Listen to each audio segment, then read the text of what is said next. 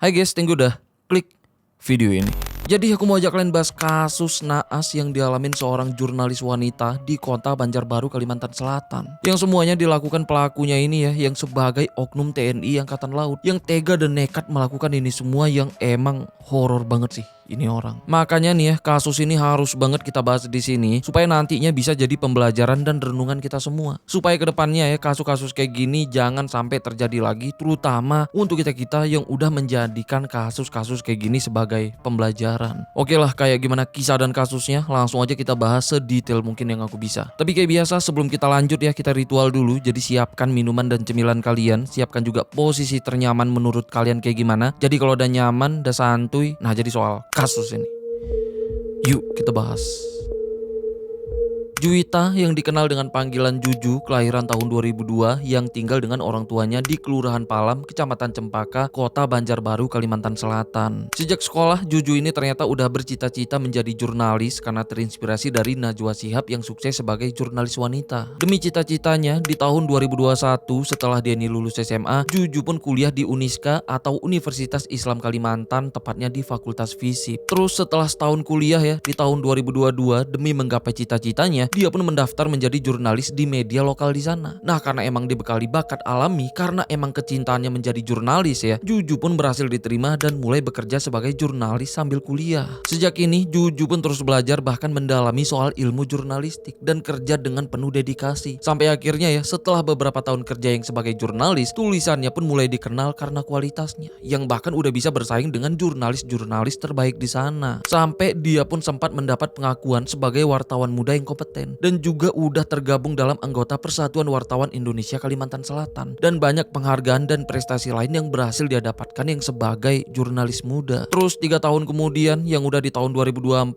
Juju yang saat itu masih tetap kuliah yang udah masuk di semester 8 itu mulai fokus skripsi untuk menyelesaikan program sarjana S1-nya. Karena ini Juju pun sempat izin ke atasannya untuk sementara waktu tugas kerjanya dikurangin tuh demi fokus menyelesaikan skripsinya. Terus karena kantornya juga yang mendukung ya, jadinya untuk sementara waktu Juju ini ditugaskan jadi wartawan lepas yang bisa mengerjakan tugasnya dimanapun supaya dia bisa tetap fokus menyelesaikan skripsinya. Karena ini Juju pun mulai fokus skripsi sambil terus bertugas sebagai wartawan. Di samping itu ya, Juju juga ternyata punya kenalan cowok yang bernama Jumran yang merupakan seorang anggota Tamtama TNI Angkatan Laut yang bertugas di Banjarmasin yang berjarak sekitar 1 jam dari kota Banjarbaru tempat tinggal Juju ini yang sama-sama masih berada di Kalimantan Selatan. Terus karena mereka yang makin kenal dekat ya, di akhir bulan Desember tahun 2024, Jumran ini berencana mau main ke kota Banjarbaru untuk nemuin Juju di sana. Nah, karena rencananya emang cuman untuk ketemuan ya, Juju pun setuju. Tapi pas Jumran ini di perjalanan ya, dia ini menghubungi Juju lagi untuk minta dicarikan hotel untuk dia istirahat di kota Banjarbaru dengan alasan kalau dia katanya sedang kelelahan karena baru selesai latihan MMA atau tinju bebas. Karena saat itu ya, Jumran ini emang hobi olahraga bela diri terutama MMA. Juju yang sama sekali nggak curiga dengan niat kotor Jumran ini ya, langsung nurut dan mencarikan hotel untuk dia istirahat. Nah, setelah hotelnya dipesan ya, mereka pun ketemu di hotel. Dan disinilah semua atau awal mula masalahnya dimulai. Karena Jumran dengan rencana kotornya ya, pas mereka yang sedang berdua di hotel langsung mendorong Juju sampai terjatuh ke tempat tidur dan memaksa sambil memiting tubuhnya. Yang mana disitulah Jumran ini memuaskan hasratnya secara paksa. Setelah itu, di balik ketakutannya, Juju yang gak terima dengan apa yang udah dia alamin, secara diam-diam sempat merekam Jumran menggunakan HP-nya selama 5 detik tanpa sepengetahuan Jumran ini. Nah, yang niatnya ya, rekaman itu nantinya akan dia jadikan bukti soal apa yang udah dilakukan Jumran ini. Sedangkan Jumran setelah selesai dan puas dari aksinya tadi ya, itu langsung balik ke Banjarmasin untuk dinas. Sedangkan Juju juga pulang ke rumahnya. Nah, tapi sampai rumah ya, Juju ini tuh gak berani ngelapor soal apa yang udah dialamin tadi. Karena saat itu Juju ini mulai ngalamin trauma yang ngebuat sikapnya mulai berubah. Yang sebelumnya dia ini selalu ceria ya, itu mulai sering kelihatan murung bahkan stres. Sampai keluarganya pun mulai curiga soal perubahan sikapnya ini dan sempet nanya juga. Nah, tapi Juju ini awalnya masih nggak berani menceritakan soal apa yang udah dialamin. Tapi setelah berminggu-minggu kemudian, barulah Juju pun mulai berani cerita ke kakak iparnya soal apa yang dialamin, bahkan nunjukin bukti rekamannya. Karena ini kakak iparnya yang nggak terima dengan apa yang dialamin Juju ya, itu langsung membicarakan ini ke keluarganya. Sampai akhirnya disinilah keluarganya pun mulai tahu dan pastinya marah. Karena nggak terima dengan apa yang udah dialamin Juju ya, keluarganya pun sampai menghubungi Jumran, bahkan orang tua Jumran untuk minta pertanggungjawaban dan ngancam akan melaporkan soal itu semua ke pihak berwajib dengan menggunakan video tadi yang sebagai buktinya. Karena takut dilaporkan karena semuanya bisa menghancurkan karirnya yang sebagai anggota TNI ya, akhirnya Jumran pun ngaku bersedia bertanggung jawab. Sampai orang tuanya pun sempat mendatangi rumah Juju untuk melamar. Nah tapi anehnya ya, Jumran ini justru nggak hadir di lamarannya. Tapi awalnya pihak keluarga Juju pun nggak mempermasalahkan dan masih berprasangka baik. Yang intinya ya, kedua belah pihak pun itu mulai merencanakan pernikahannya yang rencananya nih ya akan digelar di bulan depannya, tepatnya di bulan Mei tahun 2025. Tapi di tengah-tengah persiapannya ya, Jumran ini justru menghilang tanpa kabar. Nah karena merasa dipermainkan ya, keluarga Juju pun sempat ngancam lagi akan melaporkan Jumran ini ke pihak berwajib soal apa yang udah dia lakukan dengan Juju di hotel. Sedangkan Jumran saat itu sedang disibukkan pindah dinas ke Balikpapan yang berjarak sekitar 10-11 jam perjalanan dari Banjarbaru tempat tinggal Juju. Yang saat itu ya, Jumran ini emang berencana kabur dari tanggung jawab dengan tiba-tiba menolak menikahi Juju di tengah-tengah persiapan pernikahannya. Tapi karena dia juga yang takut dilaporkan ya, karena bisa merusak karirnya yang sebagai anggota TNI, jadinya disinilah dia pun mulai mikir nyari jalan keluar dengan jalan pintas, dengan berencana menghabisi Juju demi terlepas dari semua permasalahannya.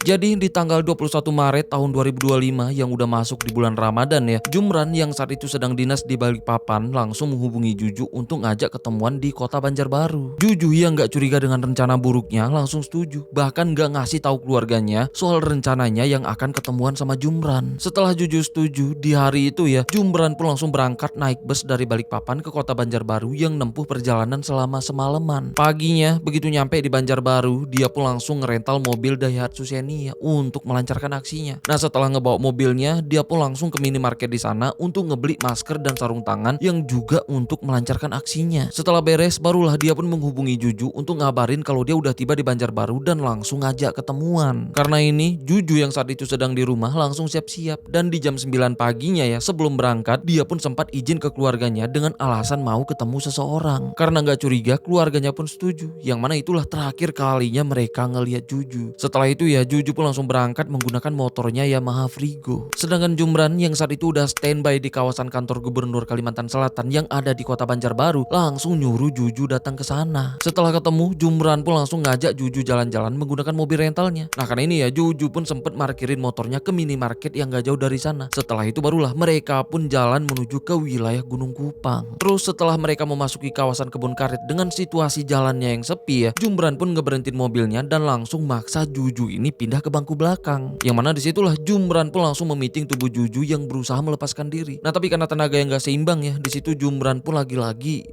Juju yang gak berdaya. Setelah puas dengan aksinya, barulah dia pun langsung mencekik Juju sekuat tenaganya tuh, sampai akhirnya Juju pun berhenti bergerak, bahkan berhenti bernafas di situ. Nah setelah beres dan aksinya ya, dia pun mulai berencana menghilangkan jejaknya dengan disetting seolah-olah Juju ini ngalamin kecelakaan menggunakan motornya. Karena ini, Jumran pun langsung ngambil motor Juju yang diparkir di minimarket tadi, yang pergi ke sana dengan menumpang kendaraan lain yang lewat. Nah sedangkan Juju ya, itu dia tinggal di dalam mobilnya. Terus pas nyampe di minimarketnya ya, Jumran pun sempat beli air mineral botol. Setelah itu dia pun langsung ngambil motor Juju dan balik ke mobilnya. Nyampe di sana dia pun langsung pakai sarung tangan dan mencuci motor Juju di bagian yang dia sentuh untuk menghilangkan sidik jarinya menggunakan air mineral botol tadi. Nah setelah itu ya, dia pun ngerusak beberapa bagian motor Juju supaya terlihat rusak akibat kecelakaan. Setelah itu Juju dan motornya pun langsung dia buang ke semak-semak pinggir jalannya. Bukan cuma itu ya, dia pun sempat menghapus video yang berdurasi 5 detik yang sebagai bukti soal kejadian di hotel tadi. Nah tapi setelah itu, setelah dia pikir-pikir lagi ya, akhirnya HP Juju pun dihancurkan supaya semuanya benar-benar hilang. Terus setelah semuanya beres, dia pun langsung kabur menggunakan mobilnya. Nah terus karena dia yang terburu-buru ya, jadinya mobil yang dia rental tadi itu nggak dia balikin ke tempat rentalnya, tapi cuman dia tinggalin di pinggir jalan di kawasan kota Banjarbaru. Setelah itu dia pun langsung menuju ke Bandara Internasional Samsudin Nur yang ada di wilayah Banjarbaru untuk balik ke Balikpapan menggunakan pesawat. Setelah terbang selama kurang lebih sejam ya, akhirnya dia pun nyampe di Balikpapan dan langsung balik bertugas di sana.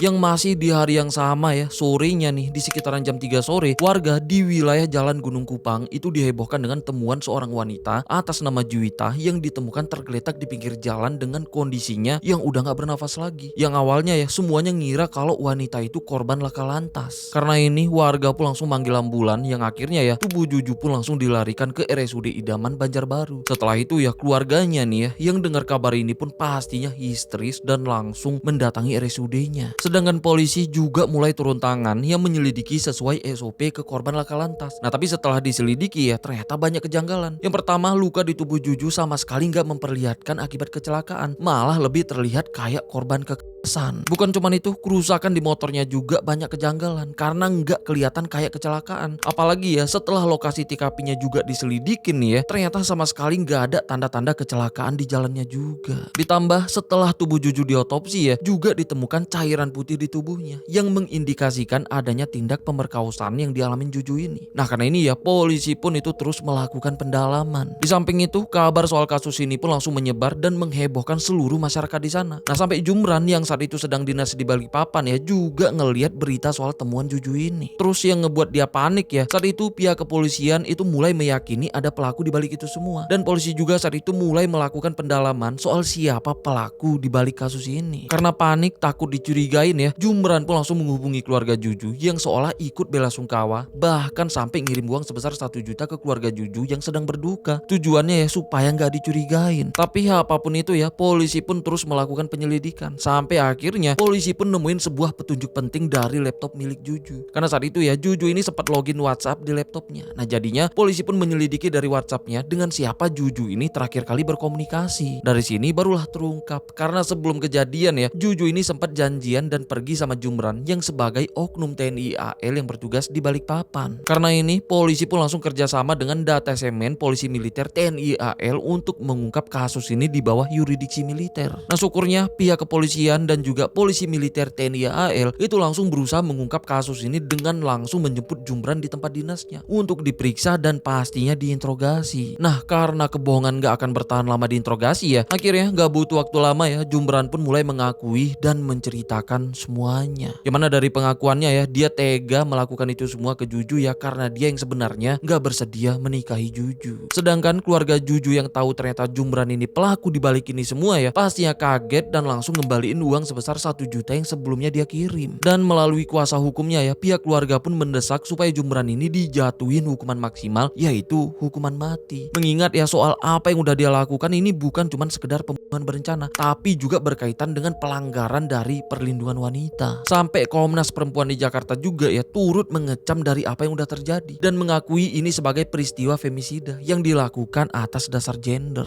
Karena ini Jumran pun terancam hukuman yang sangat-sangat berat yaitu hukuman mati, penjara seumur hidup atau penjara selama 20 tahun. Tapi sekarang hukumannya pastinya belum dijatuhkan ya karena ngingat ini kasus besar, kasus yang rumit apalagi masih tergolong baru. Jadinya ya Jumran pun itu masih menjalani proses hukumnya di pengadilan militer di sana. Ya semoga pelakunya ini itu bisa dijatuhin hukuman seberat-beratnya dan juga seadil-adilnya. Tapi ya apapun itu ya dari kasus ini semoga ada pembelajaran yang bisa kita petik. Terutama untuk cewek-cewek yang rentan banget jadi korban yang kayak terjadi di kasus ini. Ya semoga kedepannya ya kasus-kasus kayak gini jangan sampai terjadi lagi kapanpun dan dimanapun itu. Karena kita semua berhak untuk hidup. Oke lah sampai sini aja pembahasan kita soal kasus ini. Sampai ketemu di kasus selanjutnya ya. Karena aku udah siapin beberapa kasus yang kayaknya harus kita bahas di sini juga. Oke lah aku Rizka Wadiono. Bye bye.